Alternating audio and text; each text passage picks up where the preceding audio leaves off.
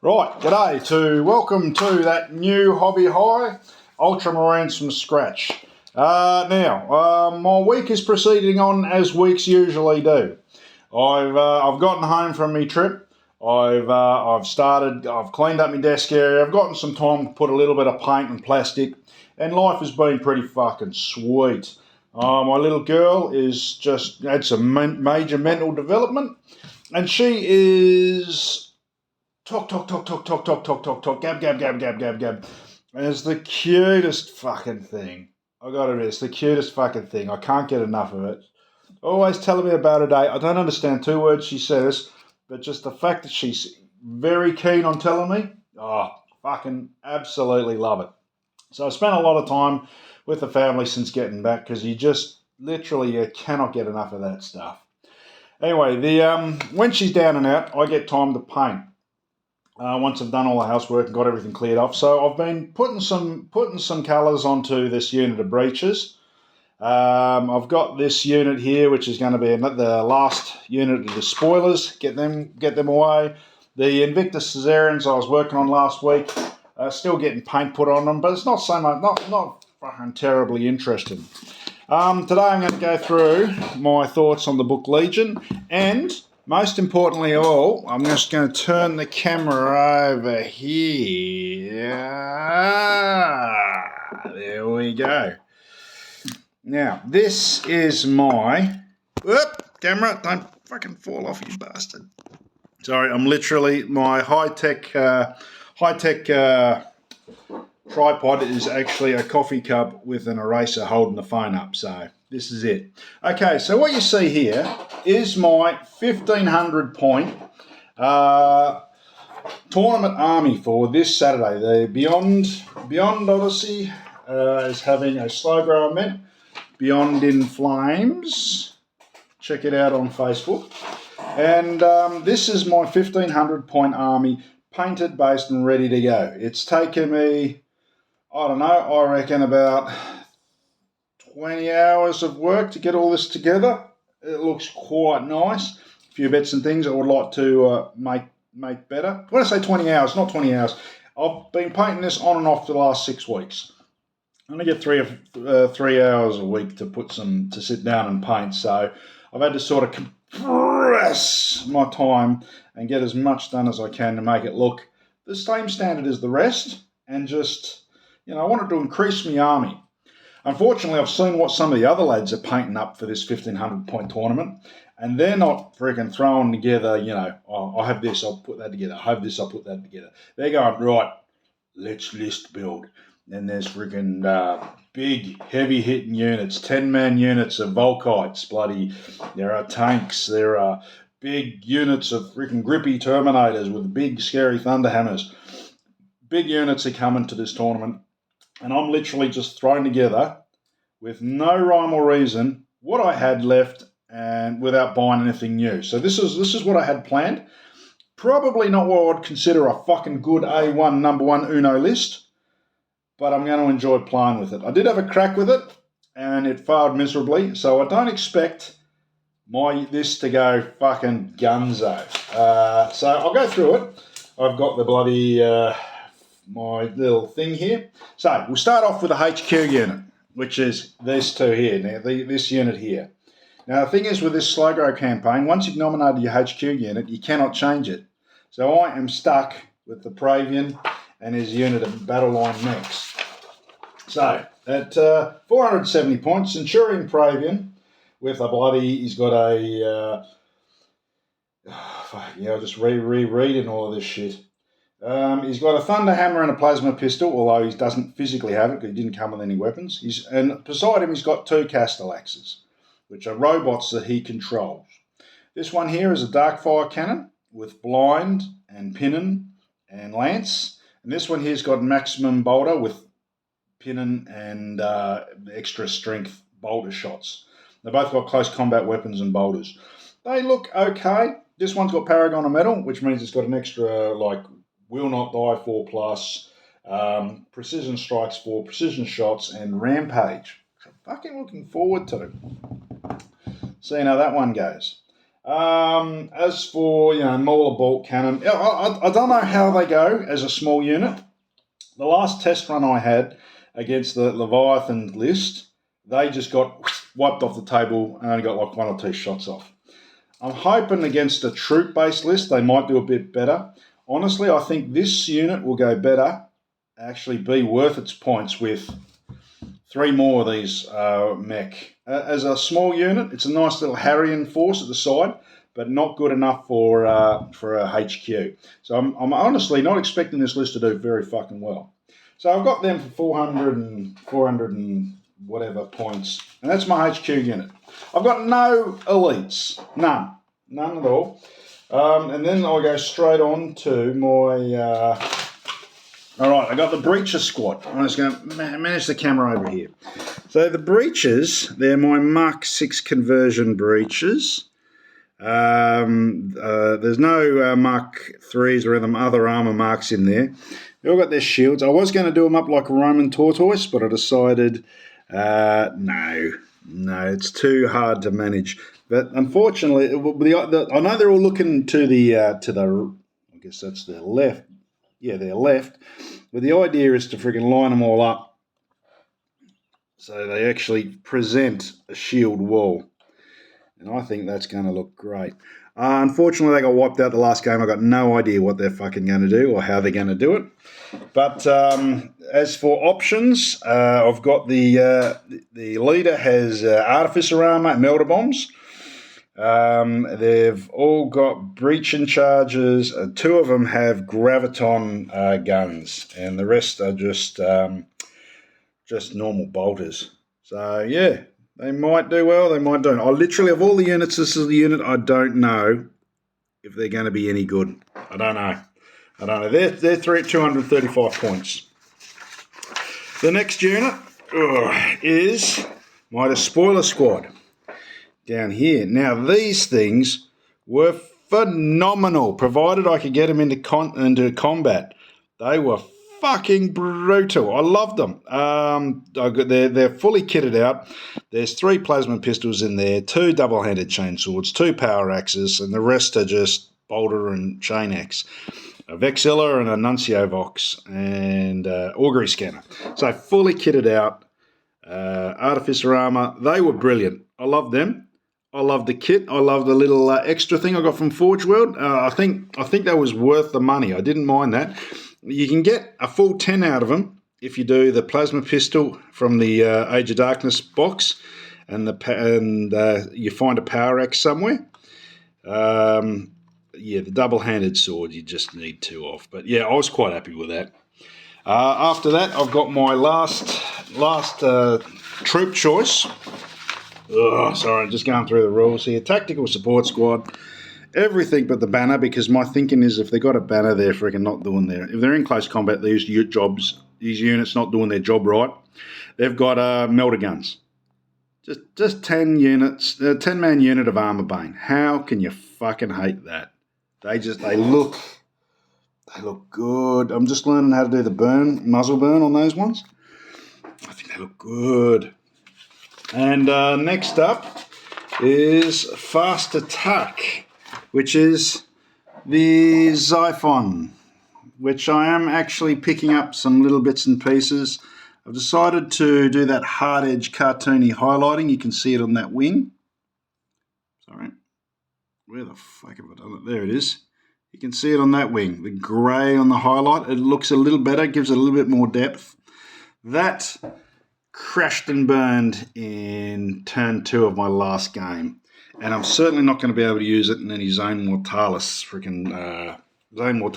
armies, which is the most part of the second part of the tournament. And the third is a heavy weapon squad.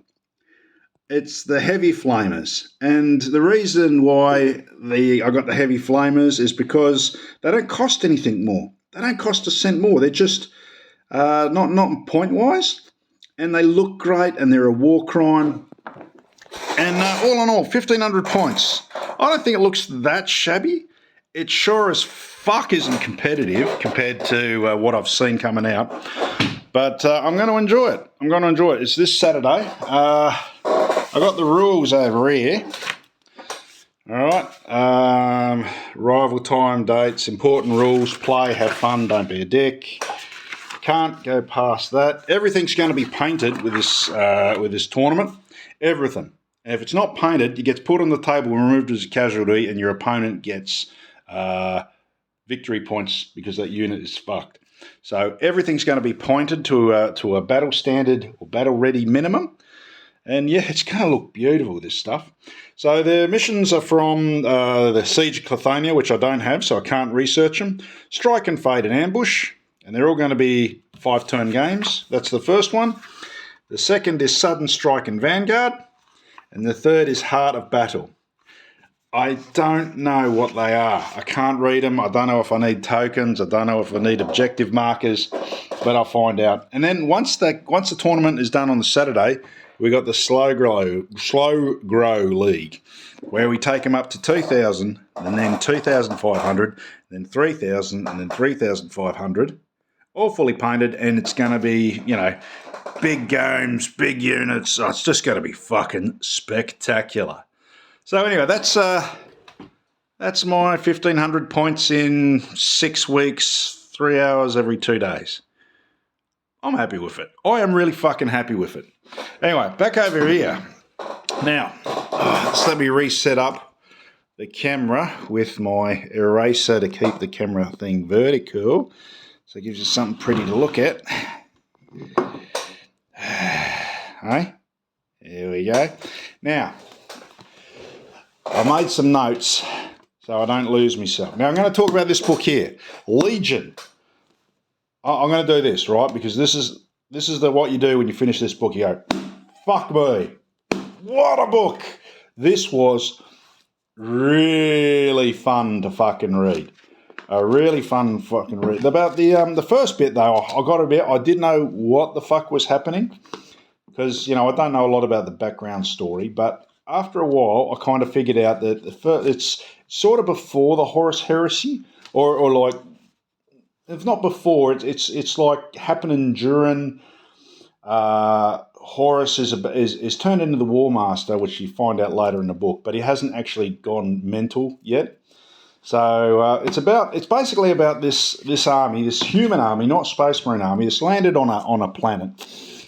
And now I've got the notes here. It's the 670th Expedition Fleet, and the army is called a Geno 5-2 Chiliad, where apparently they're little gene-bred soldiers, but they're not Space Marines.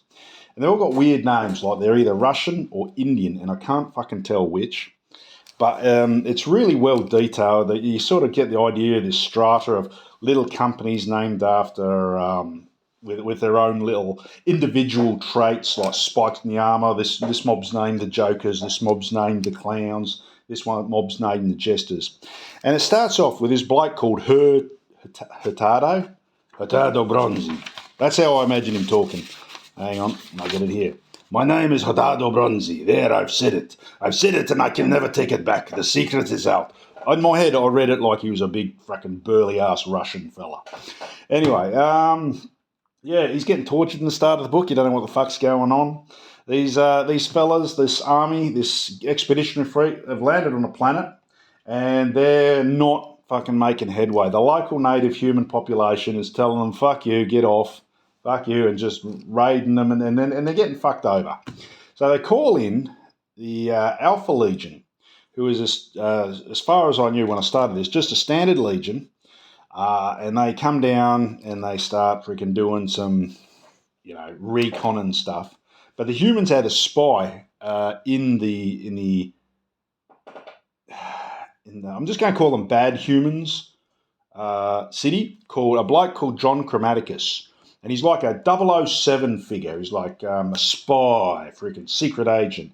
He's got a bit of magic to him. He knows all languages in the world, all languages just by looking at you. And he works for a secret underground organisation of aliens called the Cable.